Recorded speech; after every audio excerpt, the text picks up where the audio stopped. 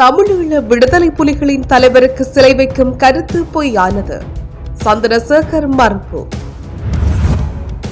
ராஜபக்சர்களை சிறைக்கு அனுப்பினால் தீர்வு கிடைக்காது. நாமல் காட்டம். தமிழன் என்பதை உணருங்கள். NVP-யினரை எச்சரித்த அர்ஜுனா. வங்கி கணக்குகளுக்கு வரும் பணம். வெளியான மகிழ்ச்சி தகவல். பிள்ளையான் தொடர்பில் உயர் நீதிமன்றம் எடுத்துள்ள முடிவு. உப்பு இறக்குமதி தொடர்பில் வெளியான அதிர்ச்சி தகவல். சஜித் தரப்புக்கு காத்திருக்கும் பேரிடி. ஆளும் கட்சியின் அறிவிப்பு. உச்சம் தொட்ட தங்க விலை. வாங்க உள்ளோருக்கு அதிர்ச்சி தகவல். தமிழர் பகுதியில் அதிக போதைப்பொருள் பாவனையால் இளைஞன் உயிரிழப்பு. இலங்கை தொடர்பில் ஆராய உள்ள சர்வதேச நாணய நிதியத்தின் நிர்வாக குழு. குப்பைக்கு வைத்த தீயினால் எரிந்து நாசமாகிய உடைமைகள். அமெரிக்க குடியிருப்பு பகுதியில் விழுந்து நொறுங்கிய விமானம். தமிழீழ விடுதலை புலிகள் அமைப்பின் தலைவர் வேலுப்பிள்ளை பிரபாகரனுக்கு சிலை வைப்பது தொடர்பில் தான் ஒருபோதும் எந்த கருத்தையும் தெரிவிக்கவில்லை என அமைச்சர் ராமலிங்கம் சந்திரசேகர் மறுப்பு தெரிவித்துள்ளார். நாட்டில் நல்லுறவை கட்டி எழுப்புவதற்கு தாம் மேற்கொள்ளும் நடவடிக்கைகளை தடுப்பதற்கும் எதிர்க்கட்சியினர் மேற்கொள்ளும் பொய் பிரசாரம் இதுவெனவும் அவர் கூறியுள்ளார். நாடாளுமன்றில் ஒழுங்கு பிரச்சினை ஒன்றை குறிப்பிட்டு உரையாற்றும் போதே அமைச்சர் இவ்வாறு குறிப்பிட்டுள்ளார். மேலும் தான் சபையில் இல்லாத சந்தர்ப்பத்தில் ஹர்சன ராஜகருணா MP தவறான கூற்றை கூறியுள்ளதாக தெரிவித்துள்ளார் எனவும் சந்திரசேகர் விளக்கியுள்ளார். வேலுப்பிள்ளை பிரபாகரனுக்கு சிலை வைப்பது தொடர்பாக தான் சபையில் தெரிவித்ததாகவும் அர்ஜுனா MP அதனை அவருக்கு கூறியதாகவும் அவர் இங்கு குறிப்பிட்டுள்ளார். எனினும் எந்த சந்தர்ப்பத்திலும் நான் அவ்வாறு எதனையும் கூறவில்லை என அவர் தெரிவித்துள்ளார். ராஜபக்சர்களை சிறைக்கு அனுப்பினால் மக்களின் அடிப்படை பிரச்சினைகளுக்கு தீர்வு கிடையாது என நாடாளுமன்ற உறுப்பினர் நாமல் ராஜபக்ச தெரிவித்துள்ளார். நாடாளுமன்றில் நேற்று நடைபெற்ற விவாதத்தில் உரையாற்றுகையில் மேற்கண்டவாறு குறிப்பிட்டுள்ளார். இது தொடர்பில் மேலும் கருத்து தெரிவித்துள்ள அவர், வெளிநாட்டு முதலீடுகளை பெற்றுக் கொள்வதற்கு அரசாங்கம் இதுவரையில் என்ன நடவடிக்கைகளை மேற்கொண்டுள்ளது? உப்பு பிரச்சினைக்கு தீர்வு காணாதவர்கள் வெளிநாட்டு முதலீடுகளை பெற்றுக் கொள்வது சந்தேகத்துக்குரியதே. நாட்டு மக்கள் மரமுந்திரிக்கை சாப்பிடுவதை போன்று உப்பு சாப்பிடுவதில்லை என்று அரசாங்கம் பொறுப்பற்ற வகையில் பதிலளிக்கிறது. உணவின் அடிப்படை பொருளாகவே உப்பு காணப்படுகிறது. ஆகவே உப்பு உற்பத்தியில் தோற்றம் பெற்றுள்ள பிரச்சனைகளுக்கு உடன் தீர்வு காணுங்கள். ஜனாதிபதி தேர்தலுக்கு முன்னர் நானும் ராணுவ வீரன் என்று குறிப்பிட்டுக் கொண்டு தெரிந்தவர்கள் தற்போது தலைமறைவாகியுள்ளனர். ராணுவத்தில் சேவையாற்றிய பலர் இன்று ஆளும் தரப்பில் உள்ளார்கள். பலர் பதில் அமைச்சர்களாகவும் உள்ளார்கள். ராணுவ வீரர்களை வீரர்கள் என்று குறிப்பிடும் தற்றுணிவு இவர்களுக்கு கிடையாது. தேர்தலுக்கு முன்னர் ராணுவ வீரர்களை சிப்பாய் என்று குறிப்பிடவில்லை. அரசாங்கத்தின் பலவீனம் மற்றும் குறைபாடுகளை எதிர்க்கட்சிகள் சுட்டிக்காட்டும் போது அதனை அரசாங்கத்தால் ஏற்றுக்கொள்ள முடியவில்லை. இதனால் எதிர்க்கட்சியினர் இலக்கு வைக்கப்படுகின்றார்கள். எம்மை சிறைக்கு அனுப்பிவிட்டு அடிப்படை மக்களின் அடிப்படை பிரச்சினைக்கு தீர்வு காண முடியாது. மீது முன்வைத்துள்ள குற்றச்சாட்டுகளை நீதிமன்றத்தின் ஊடாக தீர்த்துக் கொள்கின்றோம். சமூக கட்டமைப்பில் நிலவும் அடிப்படை பிரச்சினைகளுக்கு ராஜபக்சர்கள் காரணம், கடந்த அரசாங்கம் காரணம் என்று ஆட்சிக்கு வந்தவுடன் குற்றம் சாட்டினீர்கள். இனியும் இந்த குற்றச்சாட்டு செல்வாக்கு செலுத்தாது. ஏனெனில் 6 மாதங்கள் கடந்துவிட்டன. ஆகவே போலியாக விமர்சனங்களையும் குற்றச்சாட்டுகளையும் முன்வைத்துக் கொண்டிருக்காமல் அடிப்படை பிரச்சனைகளுக்கு தீர்வு காணுங்கள் என்றார். பிரதேச அபிவிருத்திக்குரிய பிரேரணைகளை கொண்டு வரும் பொழுது தமிழன் என்பதை மறந்துவிடக் கூடாது என நாடாளுமன்ற உறுப்பினர் ரஜீவனை பார்த்து அர்ஜுனா தெரிவித்துள்ளார். நாடாளுமன்றில் நேற்றைய தினம் உரையாற்றும் போதே அவர் இவ்வாறு குறிப்பிட்டுள்ளார். அத்தோடு இவ்வாறான பிரேரணைகளை கொண்டு வரும் பொழுது கிழக்கு மாகாணத்தை மறக்கக்கூடாது எனவும் அவர் சுட்டிக்காட்டியுள்ளார். மேலும் பிரதேசவாதமான இந்த பிரேரணை சற்று கவலை அளிக்கின்றது எனவும் அர்ஜுனா தெரிவித்துள்ளார்.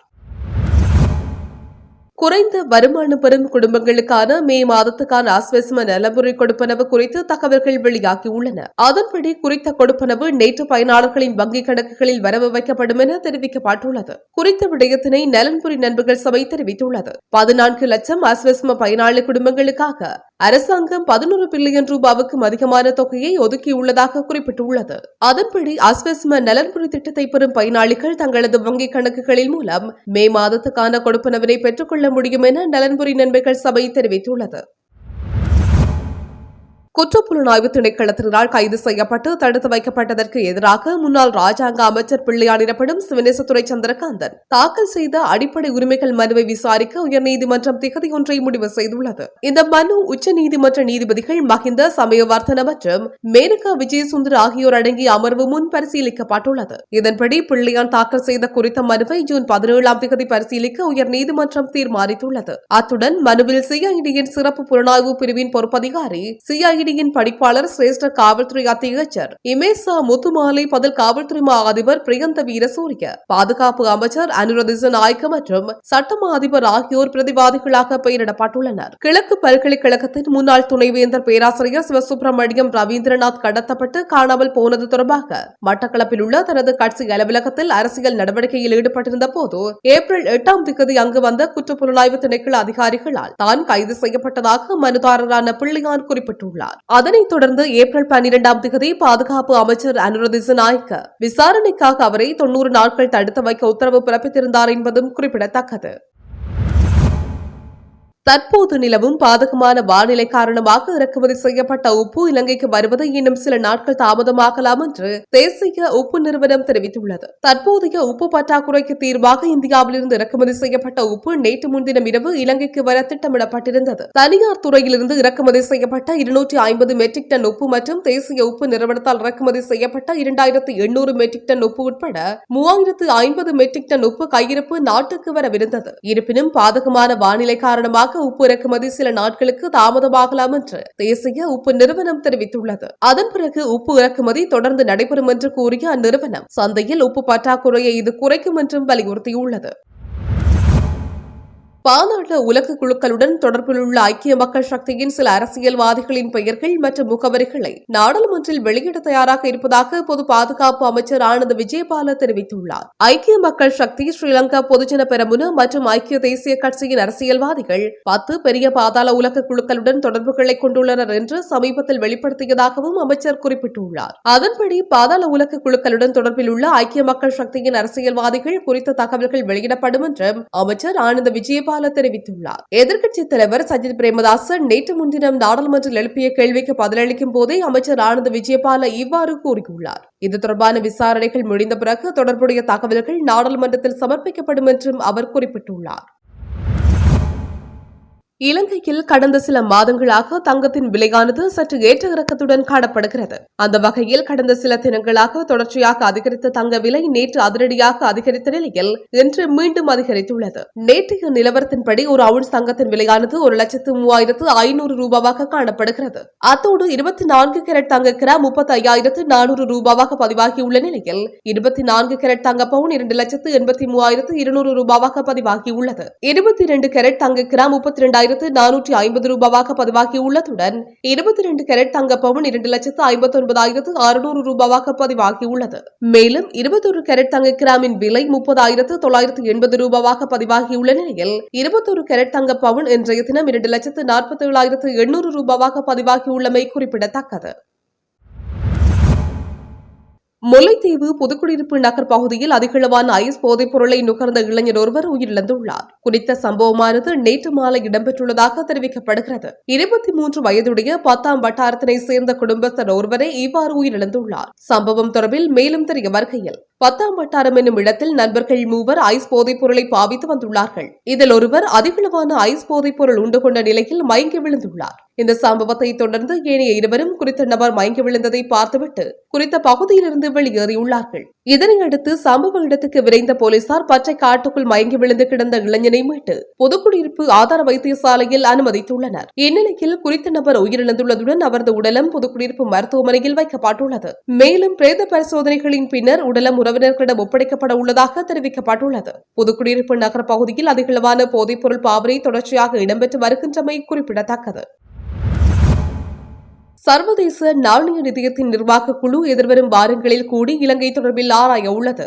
சர்வதேச நாணய நிதியத்தின் பணியாளர்களுக்கும் இலங்கை அதிகாரிகளுக்கும் இடையே எட்டப்பட்ட பணியாளர் நிலை ஒப்பந்தத்தை அங்கீகரிப்பது குறித்து இதன்போது தீர்மானிக்கப்படும் என்று நிதியத்தின் பேச்சாளர் ஜூலி ஜோசாக் தெரிவித்துள்ளார். வாஷிங்டனில் நேற்று நடைபெற்ற செய்தியாளர் சந்திப்பின் போது அவர் இந்த விடயத்தை குறிப்பிட்டுள்ளார். இந்நிலையில் இலங்கையில் மின்சார செலவு மீட்பு விலையை மீட்டெடுப்பது மற்றும் மின்சார விலை சரி செய்தல் பொறிமுறை ஆகியன சர்வதேச நாணய நிதியத்தின் நிர்வாக குழுவின் ஒப்புதலுக்கு முக்கியமான நிபந்தனைகளாகும் என அவர் சுட்டிக்காட்டியுள்ளார். முன்னதாக 2025 ஏப்ரல் 25 அன்று நாட்டின் பொருளாதார திட்டத்தின் 4வது மதிப்பாய்வு குறித்து சர்வதேச நாணய நிதியத்தின் பணியாளர் நிலை ஒப்பந்தம் எட்டப்பட்டது.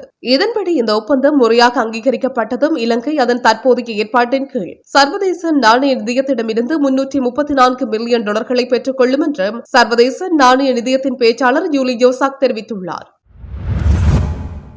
முல்லைத்தீவில் கடற்படையினர் குப்பைக்கு வைத்த தீயினால் கடற்றொழிலாளர் ஒருவரின் வாடி எரிந்து முற்றாக சேதமடைந்துள்ளது. நேற்று மாலை 5 மணியளவில் முல்லைத்தீவு செல்வபுரம் பகுதியில் அமைந்துள்ள கடலோர கண்காணிப்பு கடற்படை முகாமில் குப்பைக்கு வைத்த தீயே இவ்வாறு பரவியுள்ளது. மேலும் கடற்படையினரின் காணிக்குள் நின்ற பனை மரங்களும் எரிந்து நாசமாகியுள்ளதாக தெரிவிக்கப்படுகிறது. இச்சம்பவம் தொடர்பில் மேலும் தெரிய வருகையில் குறித்த கடற்படை முகாமில் குப்பைக்கு தீ வைத்துள்ளார்கள். இந்த தீயானது பரவி கடற்படை முகாமில் நின்ற பனை மரங்களில் பரவியுள்ளதுடன் தீ காற்றில் பரவி கடற்கரையில் வாடி அமைத்து தொழில் செய்து வந்த ஒருவரின் வாடி மீது விழுந்து வாடி முற்றுமுழுதாக எரிந்துள்ளது. அதில் பெருமதிமிக்க பொருட்கள் சேதமடைந்துள்ளதாக தெரிய வந்துள்ளது. அதனைத் தொடர்ந்து பரவிய தீ கடற்கரை பகுதியில் கடற்றொழிலாளர்கள் அமைத்த கொட்டல்களிலும் பரவியுள்ளது. சம்பவம் அறிந்து செல்வபுரம் கடற்கரையில் நின்ற இளைஞர்கள் தீவிரமாக செயல்பட்டுள்ளதுடன் தீயை கட்டுப்பாட்டுக்குள் கொண்டு வந்துள்ளார்கள். இந்த தீ விபத்தில் வாடி முற்றுமுழுதாக இருந்த கடற்றொழிலாளியின் வாழ்வாதாரம் பாதிக்கப்பட்டுள்ளது. அதேவேளை இந்த தீ விபத்தில் எரிகாயங்களுக்கு உள்ளான கடற்படையினர் ஒருவர் முல்லைத்தீவு மாவட்ட மருத்துவமனையில் அனுமதிக்கப்பட்டுள்ளார். மேலும் தீ விபத்தில் வாடி எரிந்து சாம்பலாகிய வாடியின் உரிமையாளர் முல்லைத்தீவு போலீஸ் நிலையத்தில் முறைப்பாடு ஒன்றை பதிவு செய்துள்ளார். சம்பவம் தொடர்பாக போலீசார் விசாரணைகளை மேற்கொண்டு வருகின்றார்கள்.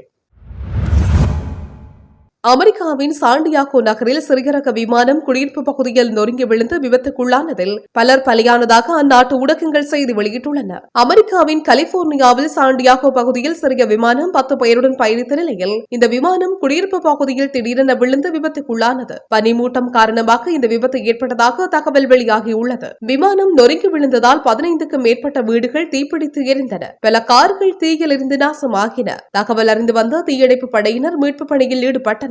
விபத்து நடந்த இடமருகே வசித்த 100க்கும் மேற்பட்டோர் பத்திரமாக மீட்கப்பட்டனர். இந்த விபத்தில் பலர் உயிரிழந்திருக்க வாய்ப்பு உள்ளதாக அதிகாரிகள் தெரிவித்துள்ளனர். விபத்து நடந்த இடமருகே யாரும் செல்ல வேண்டாம் என அறிவுறுத்தப்பட்டுள்ளது.